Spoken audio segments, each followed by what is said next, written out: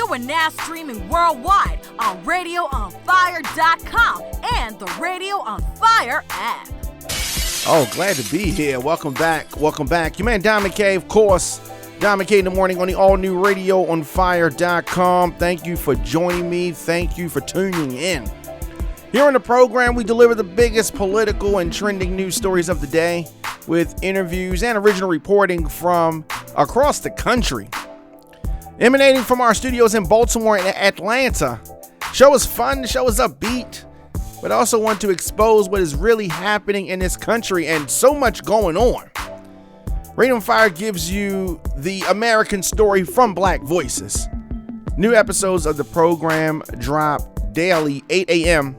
But I don't want you to miss any of our live broadcasts. In addition to this program, we drop content throughout the day as well as our network of shows. RadioOnFire.com is where you go. Also, YouTube.com/DJ Diamond K. A lot of things to get into today on the program. Of course, our politics lead. Grand jury is convening to hear this criminal probe about the former president, Donald Trump. Now, I know that they're saying that this grand jury is convening and all of that. The Manhattan DA could pursue some racketeering charge against the Trump organization and all of that. I hear you. I get it. But I'm still not convinced that there are going to be any consequences for anything this former president of ours does. I'm just not convinced. I mean, I hear people saying that, and attorneys are suggesting that the district attorney, Cy Vance, might use New York's RICO stature to prosecute the enterprise and the corruption. The corruption that we know about. Trump's been doing this stuff since before he was president. Now all of a sudden, they expect me to believe that this is going to happen. So sure, District Attorney, Manhattan's District Attorney, Cy Vance, could be considering a criminal charge that former President Trump was, the head, the business head, his business empire was corrupt under New York law. This resembles the federal racketeering statute that is known as RICO. So it's possible, but even if that happens, I just don't see them holding Donald Trump himself accountable. Yeah, maybe some people around him, but him, is he going to be held accountable? I'm going to say no. New York's enterprise corruption statute, it carries the potential for severe penalties.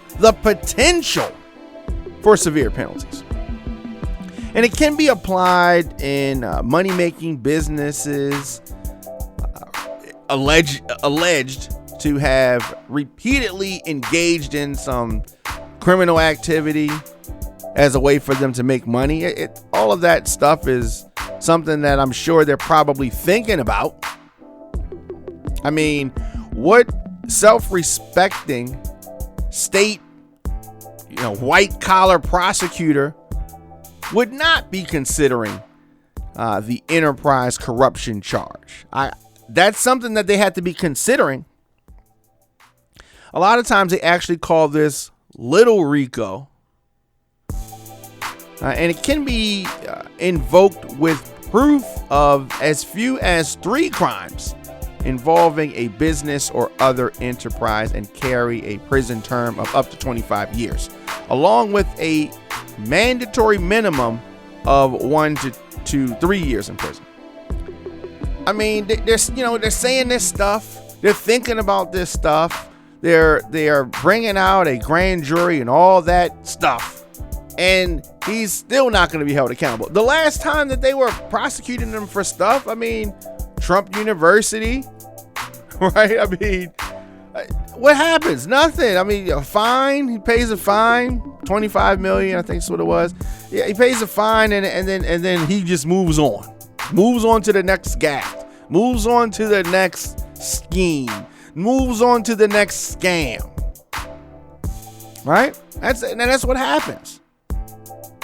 There are plenty of organizations or businesses that could do a disservice to themselves and run afoul of enterprise corruption if they're all done with the purpose of enhancing the revenue for this enterprise illegally.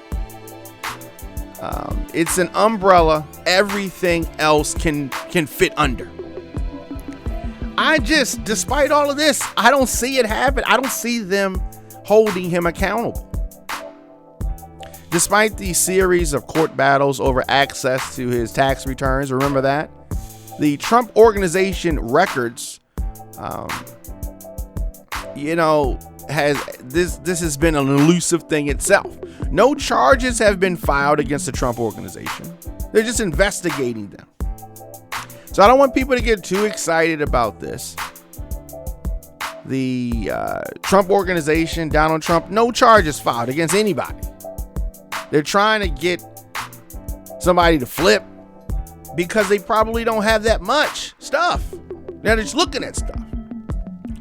So Vance's office has declined to really comment on whether prosecutors are thinking about charging under the enterprise corruption law. Attorneys for the Trump Organization are not speaking about it. Trump himself has denounced the ongoing probe as a political witch hunt. Of course, everything's a political witch hunt. And no surprise there that he says that. This is purely political and an affront to the almost 75 million voters who supported me in the presidential election. That's what he said. No surprise there. And it is being driven by highly partisan Democrat prosecutors. Trump said this in a statement earlier this week, following the reports that the special grand jury was hearing testimony about potential crimes involving the Trump Organization, dismissing those things. And allegedly, Vance's team has examined a wide range of Trump and Trump Organization activities, including whether Trump's aides knowingly submitted inflated real estate valuations to the lenders. They're trying to make the company seem that it was doing better than it was. And then when it comes to tax purposes, then he was devaluing things. So it seems like they didn't do that good. You or I do something like this, and this is going to be a crime. We're gonna be having major trouble. Donald Trump does it. This is just a Tuesday for Donald Trump. This is just a Tuesday. So everybody, like myself, is not convinced that trying to paint Trump's entire business empire as a criminal enterprise or bringing an umbrella charge would be a good idea. I mean, what's going to happen at the end of the day for them trying to put a former president in jail? It's not going to happen. It's not going to happen. They're going to work out some deal, come up with something behind the scenes, and to show you how they view these things. The Biden administration, they're blocking some documents coming out just because, and you have to think that these things are being done because they want to protect the reputation of the government and don't want to make things look bad. So they're like, this is too bad. We cannot put this stuff out. Judge trying to bring some things out, and the Biden administration like, oh no, slow down. We can't have any of that. We can't have any of that. Just tuned it in. Diamond K in the morning on the all new radioonfire.com. I am here daily, 8 a.m. to 10 a.m. Of course, you can check out episodes of the program on youtube.com/DJ Diamond K, anywhere that you get podcasts. You can do that. Apple Podcasts, Google Podcasts, Stitcher, Spotify, WRF Radio, of course, Radio on Fire. Anywhere you get your podcast, you can do that. So, racism and Trump's election lie.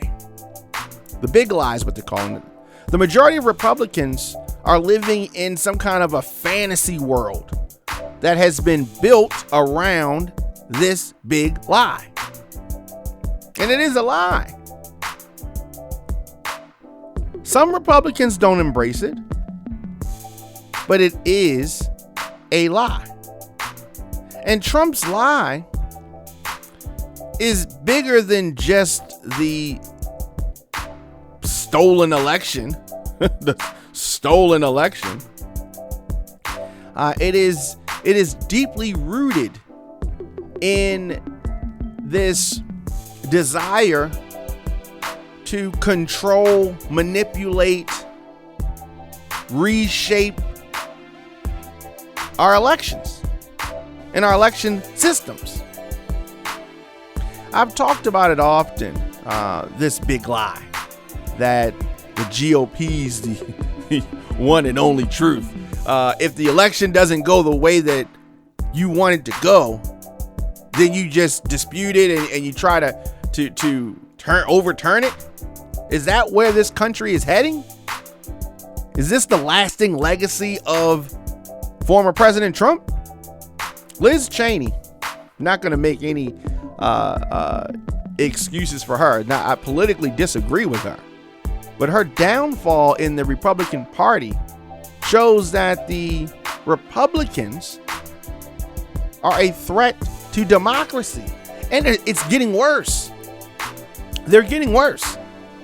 Liz Cheney of Wyoming, the third ranking Republican in the House, was officially removed from her leadership post a couple weeks ago. What is her crime? What is she guilty of? Voting to impeach Donald Trump and then subsequently continuing to rebuke his big lie that the 2020 election was somehow stolen from him. In this, she's hardly alone.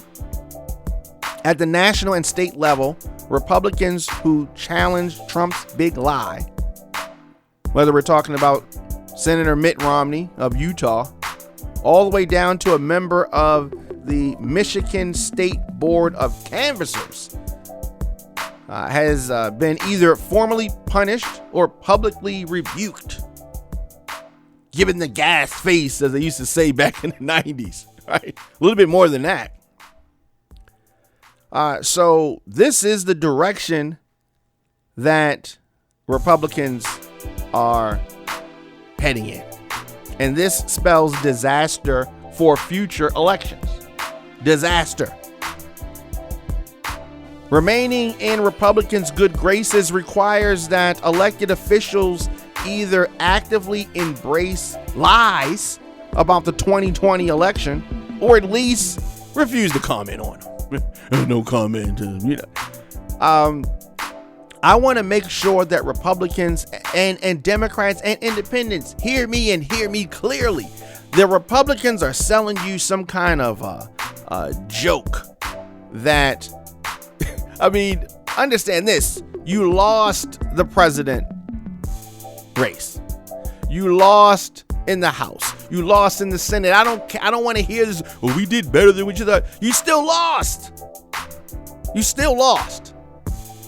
So Republicans are going to try to sell you some goods, some goods that they really did something in the election. Yes, the majority may be thin.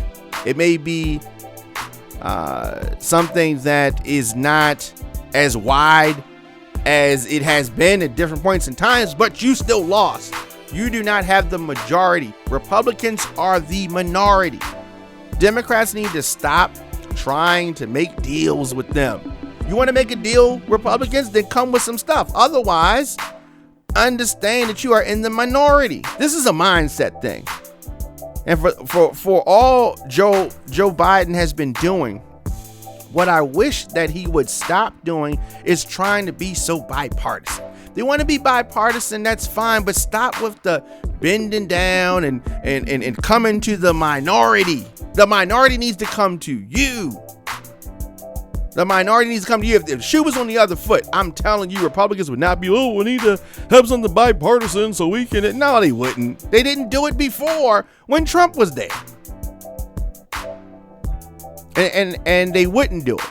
And if and when they get back in the majority, they're not going to do it. They're not going to do it. Let me know your thoughts in the comment section. Instagram, Facebook, Twitter, LinkedIn, TikTok, at The Diamond K Show, at Radio on Fire, of course, Diamond K in the morning.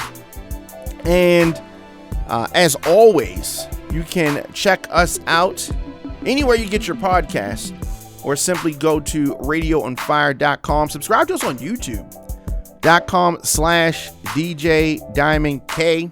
I have a new song out called God Will Do It. Search that anywhere you get music. And that is from my upcoming album, which is called Bernice Avenue. That's going to be out June the 11th. Bernice Avenue. But the song is called God Will Do It. I want you to check that out, as I said, anywhere that you get your music. Just search Diamond K, search God Will Do It, and check that out. So we're going to do this. We're going to take a quick break. We're going to come back with more of the show, get into some trending topics. As always, Diamond K in the morning on the all-new RadioOnFire.com. Giving you more talk, more news, and more music. It's Radio on Fire. And we're back, of course. The all-new RadioOnFire.com. Your man Diamond K in here. Diamond K in the morning. Earlier this week, a mass shooting took place. This time at the Valley Transportation Authority, the light rail yard in San Jose. Wednesday, to be exact, leaving multiple people injured, 10 people dead, including the shooter. Shooter was employed as a VTA rail technician, according to the Santa Clara County's Sheriff Office. So the attacker, identified as a 57-year-old Sam Cassidy. Law officials still no reason, no immediate word on the possible motive. We do know that he was angry with several people at his place of employment. The gunman killed himself following this massacre and set some type of a device, it appears, that burned his house down, exploded in his house. And of course, when you have incidents like this, they want to look through the social media, look through papers and things in the house of the person accused of the crimes. And in this instance, he destroyed his property, timing it to go off pretty much at the time that he did the massacre. So gunman killing himself, as I said, and left a tight-knit transit community in shock earlier this week. Worst Bay Area mass shooting since 1993. 9 people killed by this gunman.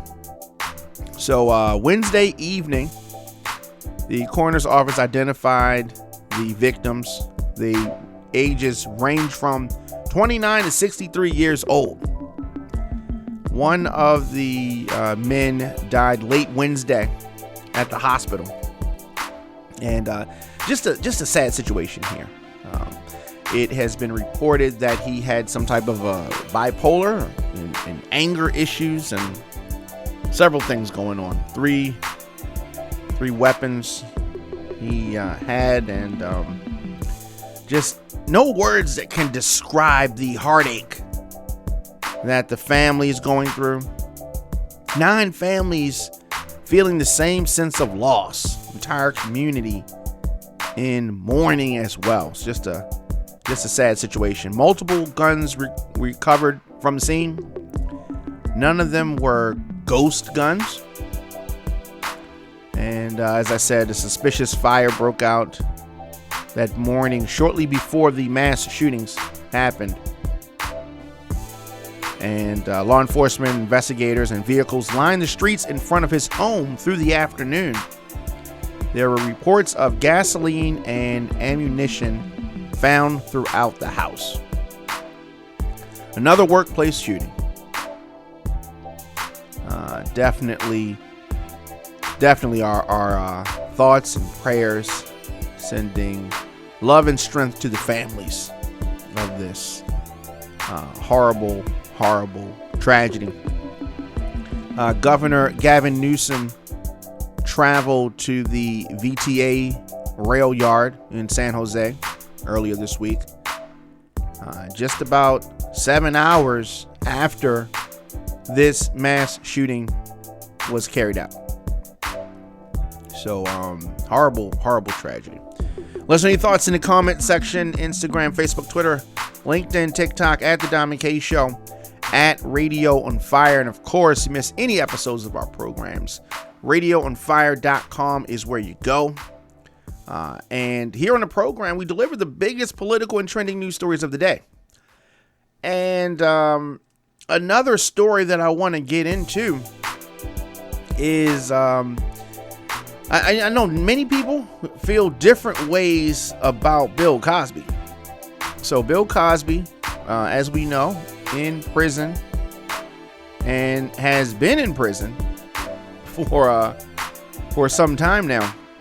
So Mr. Cosby is someone who has proclaimed his innocence, even among the things that he has been accused of.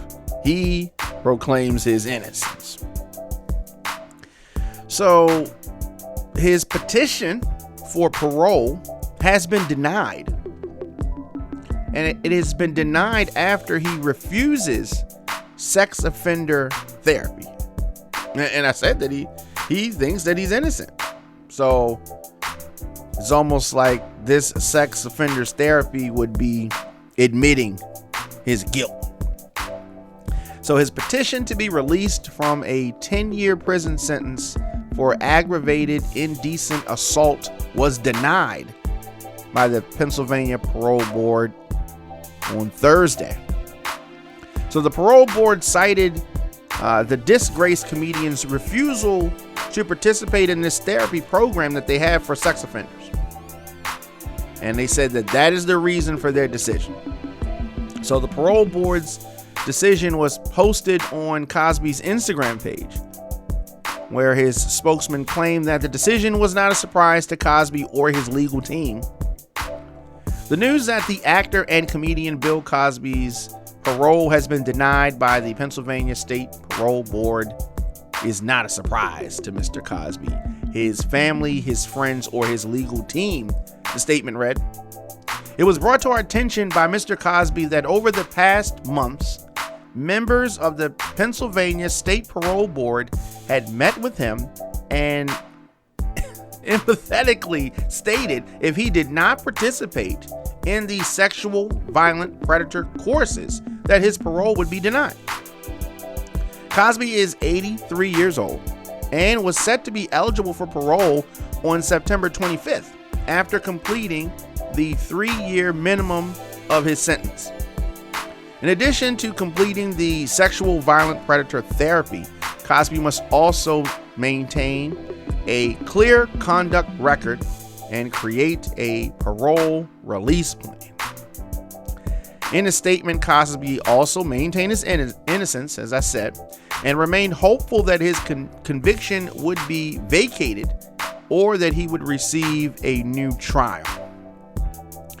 And he denies any and all allegations made against him, says that they're all false, without the sheer evidence of any proof. Today, Mr. Cosby continues to remain hopeful that they will warrant him a new trial. The Pennsylvania Supreme Court has not yet ruled on Bill Cosby's appeal since his court hearing back in December of 2020. So there you go. That's the latest on him. Is he going to do 10 years?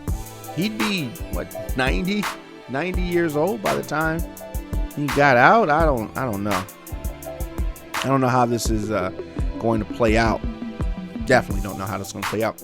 Radio on Fire is Black Voices giving you the American story. New episodes of Dom and K in the Morning drop Monday through Friday, 8 a.m. But I don't want you to miss any of our live broadcasts. In addition to our morning show, we drop content throughout the day as news happens. So hit that notification bell so you get an alert whenever we go live. The program available anywhere you get your podcasts from. Get breaking news, adult conversations covering topics that are important to Black culture. Visit radioonfire.com for our original radio, podcast, and TV programs. We're going to do this and always giving you that. A lot of shows here. A lot of programs. We go live content throughout the day. And like I said, whatever you want, content, that's where it is. RadioOnFire.com. I'm able to deliver our news and our views on the program because of our listeners, sponsors, and of course, your donations. Diamond K in the Morning is powered by the people, and we need and love your support. Visit RadioOnFire.com/donate to make a one-time donation, or you can join the Radio on Fire VIP Club. So do this. Take a quick break. Come back with more of the show. Got some Baltimore news, some Atlanta news to get into. It's Diamond K in the Morning on the all-new RadioOnFire.com. Follow us on all social media at Radio on Fire. I will be on the ones and twos for the Memorial Day mix. Your man Diamond K, of course, Diamond K in the Morning, all new RadioOnFire.com. Baltimore's indoor mask mandate remains in effect as officials expand the vaccine efforts. Baltimore Mayor Brandon Scott says that it's not good enough that only 54% of the people in the city are vaccinated. If folks want us to run faster, then go get vaccinated. Push everyone they know to get vaccinated. We're not that far. 11% is not that far off. When the city reaches the goal of 65% vaccinated, the mayor says that the city will lift the indoor mask mandate. Scott also said that City of Baltimore is ramping up efforts to expand mobile vaccination clinics and to push younger people to get vaccinated. They're really pushing this. It's going to take the entire village of Baltimore, he says, to make sure that we get to that 65% goal and tackle this pandemic. Where are they getting this number from?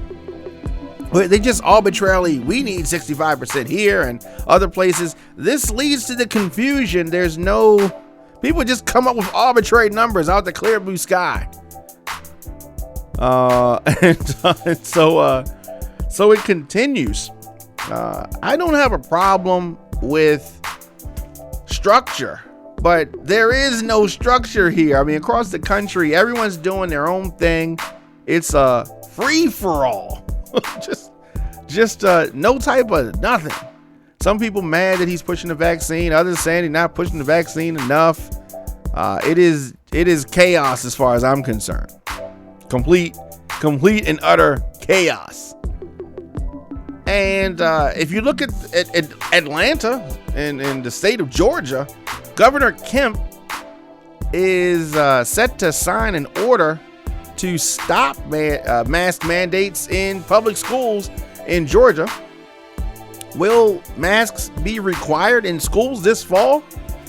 Well, if your child goes to school in Georgia, Governor Brian Kemp says that he's going to sign an executive order to stop those requirements from even happening.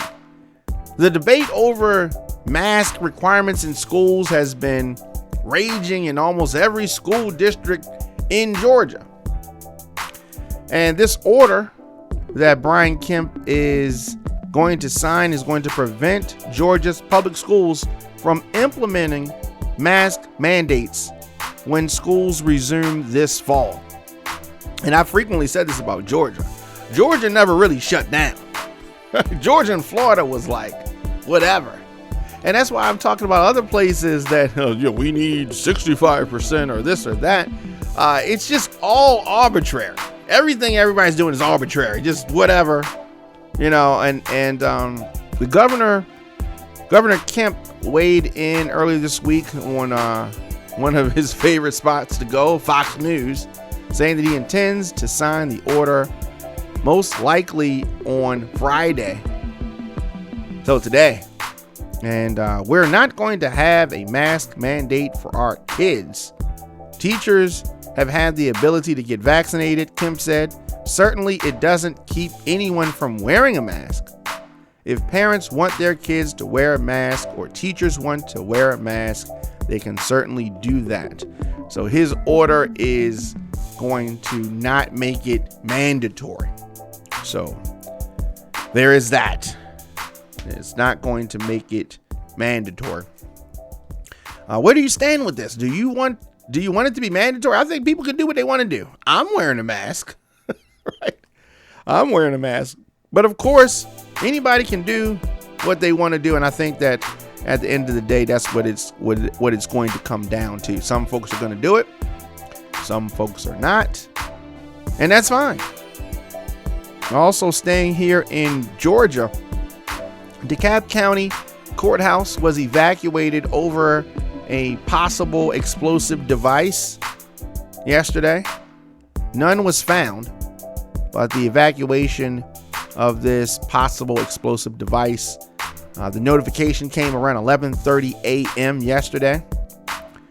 But as that story developed, nothing was found. So that is good news. That is good news. So no explosive found at the DeKalb County Courthouse after an hours-long investigation. So the courthouse was fully evacuated due to these reports. Courthouse was shut down for hours as around 60 law enforcement officers did a sweep of the judicial complex and some nearby buildings. The investigation concluded with no device being found. People inside the courthouse were evacuated to nearby restaurants. And that, as I said, DeKalb County, Georgia. Also in Georgia news, yesterday, one person was shot in the chest, one grazed by a bullet on the MARTA train. That's it's like the subway system in Georgia. And police are investigating the shooting that happened on the northbound train at the 5 Points station yesterday evening. Police said that one person was shot in the chest and was taken to the hospital, alert and conscious. Second person was grazed by a bullet on their arm. This happened around 6:30 p.m. And the police activity at 5 Points had been cleared, and the northbound trains were resuming service throughout the platform soon after this. No other details have been released. Investigation is going on. Well, I was on the MARTA a few days ago. Well, last weekend I was on the MARTA, and I was at 5. I went through 5. I was on the train for some time, so 5 Points is one of the stations. It is like it's a midway point. Wow, that is scary stuff. Scary stuff. Diamond K in the morning on the all new RadioFire.com. Of course, your man Diamond K in here. You want to support the program. You want to support Radio on Fire as we continue to bring you independent news coverage, as we continue to bring you trending topics, conversations, of course, the hottest music. Support us, radioonfire.com/donate. Do this, we're going to take a quick break, and we're going to come back with more of the show after this. So we are back. I'm checking the social media during the break, and always Twitter will have you laughing. Of course, I'm at the Diamond K Show on Twitter. So, small business update. What we do here is profile, highlight the businesses and the services of a small business. And today, on the Diamond K in the Morning, the Woman's Boutique official Haute Mess is who we're spotlighting. So they're doing some amazing things over there. This is a woman's boutique, as I said, clothing for women. They have sexy stuff. They have, stuff that you could wear to work, stuff you can wear to play, stuff you can wear out. Definitely check them out on social media. Official Haute Mess. Haute Mess. So it's official, spelled out OFFICIAL, and then Haute, spelled HAUTE, and then Mess, MESS. Officialhotmess.com. Same way, official, and then HAUTE mess.com. Check them out. They have a brick and mortar location, as well as a very well put together website. So they have office hours, business hours. The store is open rather. Wednesday and Thursday, 12 to 6 p.m. Friday and Saturday, 12 to 7 p.m. Sunday, 12 to 5 p.m. So let's pull up their site right now while we are on here. As I said, this whole thing is put together very well. The High Class Mess. It's a clothing store, black-owned clothing store. Definitely want you to check them out. So we're going to the website. You can buy a lot of different clothes. You can join the mailing list. All official hotmess.com. So definitely check them out and support this business. Address is 772 Washington Boulevard in Baltimore, 21230. As I said, store is closed Monday and Tuesday, open Wednesday through Saturday. And definitely, so that is our business spotlight for today. Official Haute Mess. Hopefully I'm saying that correct. But the website, official HAUTE mess.com. So you've been in a club or lounge, some type of bar, and someone's bought you a drink before. And ladies, all right? I guess it's happened to fellas too. So if someone buys you a drink, do you owe them something? I mean, do you owe them a dance? Do you owe them your number? Is it just a thank you? That's the question of the day. So we put that out there on our social media, at the Diamond K Show, at Radio on Fire. Let me know. Question of the day: do you owe anybody anything if they buy you a drink? Do you owe them a dance? Right? You know how sometimes the guys they follow women around the club after you bought them that drink, and they just following around, trying to get a dance, trying to get their number. So let us know that in the comment section or on social media, hashtag Radio on Fire. Later on, I'm going to go to an interview that I did with R&B singer Chris Michael. He has a project out there, and we're going to talk to him, singer Chris Michael, right after this. You are now streaming worldwide on RadioOnFire.com and the Radio on Fire app. So let's get away inside that body, babe. Welcome back. Yours truly, Dami K, in here. Dami K in the morning on the all-new radioonfire.com. And as always, we are playing hot music. I have special guests in the building getting ready to hop on with us. What's going on? Chris Michael, how's it going? What up, man? What's popping, man? What's going on? Hey, you the man, you the man. Yeah. Tell people what we were just listening to. We was listening to All Night Long featuring Brittany Anderson.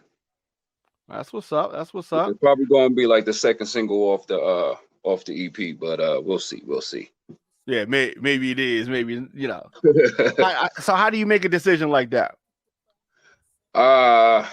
Honestly, I just kind of like go with the vibe of the season. Yeah.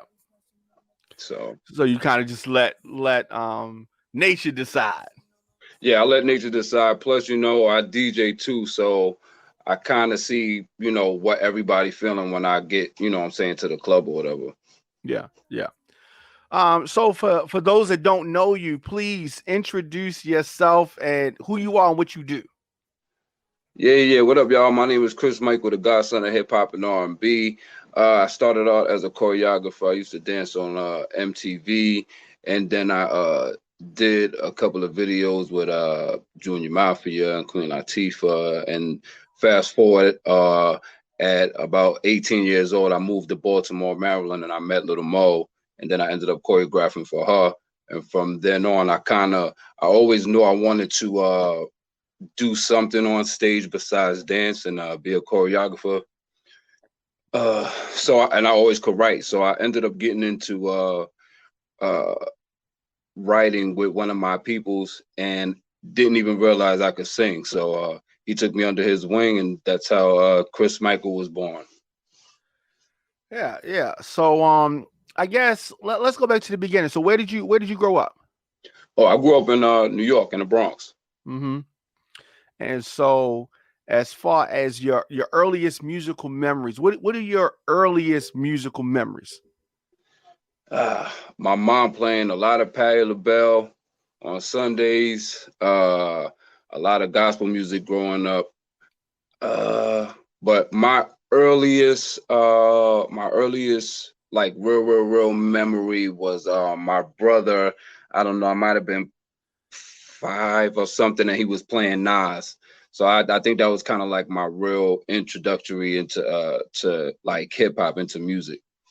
Yeah, so those are I guess it's vast, but like you say, it's hip hop and R&B. So that's why your influence is both. It's like hip hop and R&B. It's not like no, I get that. What as far as a performer, were you a performer as a child? I guess I was always dancing around or whatever. I had my little sister or my cousins dancing with me or whatever, and I was always teaching. So that was something like, that was a God-given talent. So I just knew how to do it without even having to, you know, take classes or anything. So I guess I was a natural born performer for real. Yeah. So so you come to Baltimore. What brought you to Baltimore from NY? I actually was in Atlanta. Things didn't work out there as far dance wise, and when I moved here, this girl, she was actually braiding my hair one day and was like, "Yo, my friend Donovan is looking for dancers for Little Mo," and I was like, "Word." So I went, me and him linked up or whatever. He was like, "Yeah, bro, he was like, "You it." So I ended up working with him, and then I think a tour later, I ended up being her choreographer. And then that lasted for like 10 years straight. Yeah. I met you around that time when you were doing choreography for Mo. And so the transition. So I guess coming here and not growing up here in Baltimore can be tough. How was the transition? Like, you know, you being from out of town, like did people embrace you, or was it tough? I think being from New York, everybody out here love my accent. So as soon as I started talking, people was like, "Yo, you from New York?" And so nobody, I got love as soon as I got out here. So it was never nothing like that. That's good. That's good. And so, how did people react to you making that transition from the dance aspect to being an artist? That was kind of hard. Nobody didn't really take me serious for real. Um, because everybody know me for dance. That's all I would do. I would live, breathe, and eat dance or whatever. So when people was like, he not really serious about this singing thing. But I kept going because it was something else that was in my heart besides dance. So Yeah. So the road was rough, I guess you could say. yeah, But what one thing that you really have that a lot of people don't have is that performance aspect because you have that and you're a person that people go to for that.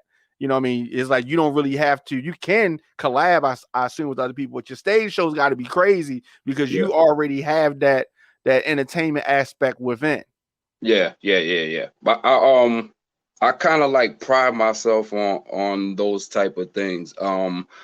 Back in the early 2000s, I was someone that really like I used to run home from junior high school and try to get that Missy Elliott video or that Busta Rhymes Mm, video or whatever. I grew up with Faith Evans and Carl Thomas. I'm from the Bad Boy era. You yeah, know what I mean? So that's kind of like who I am right now. I'm like when I say I'm the godson of hip hop and R&B, literally that's who I am. yeah, yeah. Um, so as far as the name, what made you adopt that name? Everybody else, honestly, I didn't want. I wasn't nobody's son. I didn't have a father growing up, so I didn't look at. You know what I'm saying? I didn't look at none of the OGs like, ah man, that like y'all the fathers of music or whatever. I was just like, you know what? Let me just pull myself back, and I'm not gonna do what everybody else do. I'm not the king of R&B and all that nonsense or whatever. I niched out my own lane for me. There's Mm. nobody else. You know what I'm saying? Like me. There's nobody else like the godson of hip hop and R&B, bro. Yeah, yeah. So when you went into the studio to work on volume one, Yeah. what was that experience like? What was the motivation behind the songs and the compositions? So when I actually went into the studio to go record it, Mhm. um, I re- I had kind of was going through a heartbreak situation, so all the music kind of was geared towards that aspect. And then I had ended up doing a Nicki Minaj challenge, and everybody was like, because my family always like, yo, you never do nothing about with your roots or whatever, because my half my family is from the Dominican Republic and my other half of family is from Jamaica. So I was like, all right, let me just do something. And so I purposely went and set out to do all night long. And then when I did that, I was just like, all right, I need to do like another feel good joint, and then the whole EP took a whole turn. So there's really like no love hurt songs on there. Maybe like one or two, but all the love hurt songs that's going to be on another album. So what intended to be didn't end up being. That's what ended up happening. Yeah, and so when you write, do you have to come from a point of personal experience? Most of the time, I believe if I for me when I come from a personal place, it speaks to other people and they can feel it like it gets personal for them, like I'm having a conversation with that person even though they don't know me. Like that's how I felt like when I used to listen to Faith Evans. Like it used to be like a conversation that she was having with me, and I'm just like, damn, chick, she talking to me right now. So that's kind of like how I want to put that right back in the atmosphere. Yeah, yeah. No, I feel you. I feel you on that. Just tuning in, Don McKay in the morning. I have the godson of hip hop and R&B, R&B and hip hop, Deserve, whatever you want to say. Chris deserve. Michael in the building. So the pandemic. How has the pandemic affected your musical journey, or has it? Honestly, it let me get into the studio and create a little bit more. I was always creating, but I was working a lot and there was a lot of things around me that was preventing me from just staying focused. So when the pandemic hit, I was able to just literally stay focused and be in the studio and do what I needed to do. Yeah. Like I took advantage of the pandemic. I ain't let the pandemic take advantage of me. That's good. And a lot of people, haven't had that philosophy. But then a lot of people don't have the quality of music that you have either. Yeah, well, I mean, one day you gotta wake up and be like, enough is enough. Like you gonna get bored with some people, you're gonna get bored with sitting in the house and doing the same old thing every day. So that wasn't me. Well, it ain't never been me. It ain't never been me. So I don't sit still. Have you been doing performances yet again? That's the only thing that I haven't been doing. But Just Hilarious father, his name, I call him Uncle Kev. He be doing these little karaoke open mic joints at Olive Branch in Baltimore. So I be going up there and doing my little performances. He let me wild out a little something. That is good. So project is out now. People can stream that everywhere. Yeah. So I want to do this. I want to throw a couple of names at you, and you just give me the first thing that comes to your mind. Okay. Oh God. All right. All right. Joe Biden. The man. Okay. Michael Jackson. Icon. Beyonce. Vocal technician. Drake.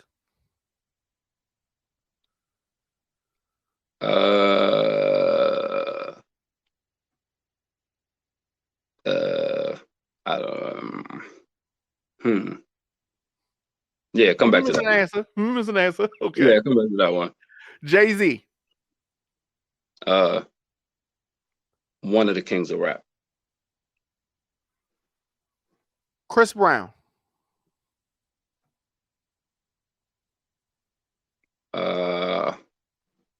R&B pop star. Lil Mo. Trendsetter. Mary J. Blige. Oof. The queen. Yeah. What I agree with, except for your stuttering on Drake. I mean, I agree with everything that you said. I'm still trying to I don't know. Is it his versatility that's getting you? Yeah, okay, versatile. There you go. Yeah, because he's right. Musically, he's all over the place. Yeah. But do you watch the versus competitions? Yeah, I watched a couple of them. What do you think? Like, did you see Brandy and Monica? Yeah. So, like, what do you think about them? I mean, they came up because of the pandemic. Do you think that they're good? Do you think they're bad? Like, what are your thoughts on versus? I think versus is freaking amazing. The only thing that I really don't like is that these artists are old as hell and they sitting on these platforms acting stupid. Like, it don't make no sense. Like, we're not, you know what I'm saying? Like, I paid my money a lot of times for most of these artists, you know what I'm saying? And I'm not paying to see them go back and forth. I'm paying to see them perform, and I have no daggone attitude. So I could give props to an artist all day because of their talent, but don't, you know what I'm saying? As soon as I see something that's weird, I'm gonna call them out on it, because I don't do no nothing like that. I've always been with Mo, anybody that I've toured with or did anything with. If somebody asks me for an autograph or stop and want to talk to me, I do it. No matter what the case is, unless it's a dire emergency that I gotta hurry up and leave. But I just stay. That's what you do as an artist. That's what you do as a human being when people, you know what I'm saying, they take to you or they buying your product.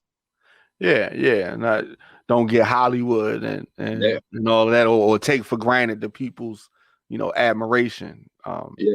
Absolutely. So aside from Chris Michael, who do you listen to? Oh man, I really don't even listen to the radio no more. I listen to the this new chick. I think her name is Anaya Loomis or something like that. She's dope. My niece, she's out. Her name is Kaya Alexis. She's dope. Oh man, I listen to because I DJ, so I listen to the Cardi B's and Amigos and things like that. But you like to get outside the box as well, and Yeah, it seems yeah. like, yeah. How did the DJing start? Oh man, I was a kid when the DJing start. My father had owned a Jamaican restaurant when I was younger, and so I had they had turntables in there. So I guess I just started messing around on those, and it was just something that I always did. And I guess from there, and doing talent shows, I used to mix our music and everything. So I always did it. So I've been doing that since I was a kid. That was easy for me. Music was in my blood. Period. Which or I guess, do you have a favorite? Is dancing or DJing or being an entertainer? Like, do they rank or are they all equal?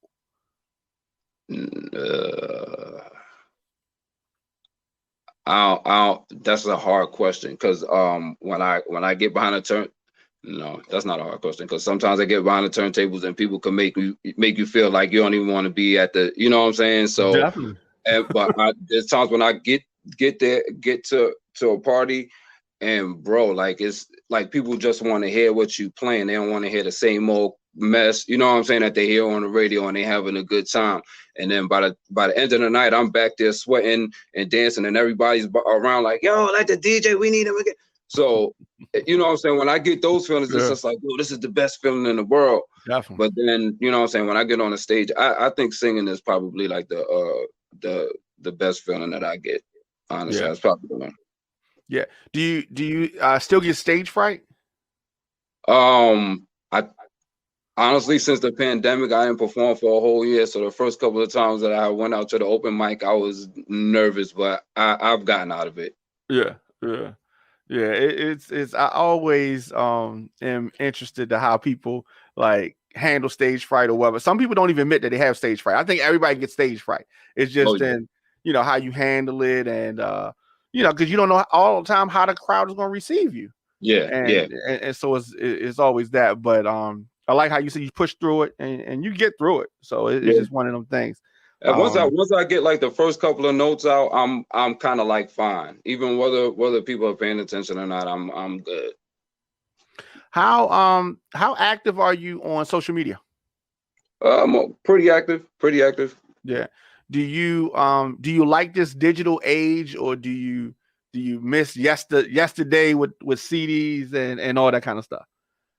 Uh, I kind of miss the CDs. I kind of miss Okay. the CDs because I actually wanted to be one of them artists. Like I miss that, yo, like signing and just being personal. You know what I mean? Like I used to go to the record signings or whatever, and they used to sign the CDs or whatever. So I got a couple of my joints. So it's just like, man, I wish I was able to do that. But it's cool. I get to just interact with the people online or when I see them out. Yeah. It's all good. It's like you said, it's one of them things. Those in stores and that kind of stuff. It used to be crazy, Yeah, and yeah, yeah, that's a good feeling. But I mean, on the flip side, on a digital landscape, you can get fans that you wouldn't have necessarily been able to get yeah, yeah, before because of the reach of yeah. uh of social media. So as far as social media, how can people stay in touch with you and follow what you got going on? And y'all can follow me anywhere. Or Chris Michael Sings, ChrisMichael Sings, or Chris Michael the photographer. I do photography with my team, 1924. So I'm doing a lot, bro. Yeah, that's what you call an empire. You got it going on. What about producers that want to send you music or collaborate with you? Is that something that you open to? Definitely, they could definitely hit me up, and they can either DM me or Chris Michael Sings on any of those things, or hit me up at Chris Michael Sings 2016 at gmail.com. Yeah, I mean, you have a good project out there. I definitely encourage people Appreciate it. to stream that, and I like your sound and your energy and all that. I really appreciate you chopping it up with me. Anything you want to say before we get out of here? Yeah, bro. When we gonna do something? Because it's been years in the making. Yeah, absolutely. Uh, all right, so you done already said it, so we just need to Let's. make it happen. Definitely, All I'm right, with it. all right, bro. Absolutely. Again, Chris Michael joining us, Diamond K in the morning. Thanks a lot, bro. Yes, sir.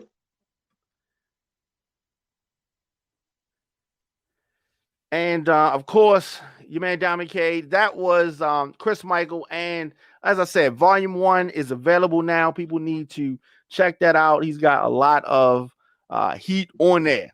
Something for everybody. Now we're gonna do this. We're gonna take a quick break. We'll come back and close the show out. And the song of the day is "Entanglement." Chris Michael. Just so y'all know. All right. We'll be back with more of the show after this. Thank you for listening to Radio on Fire.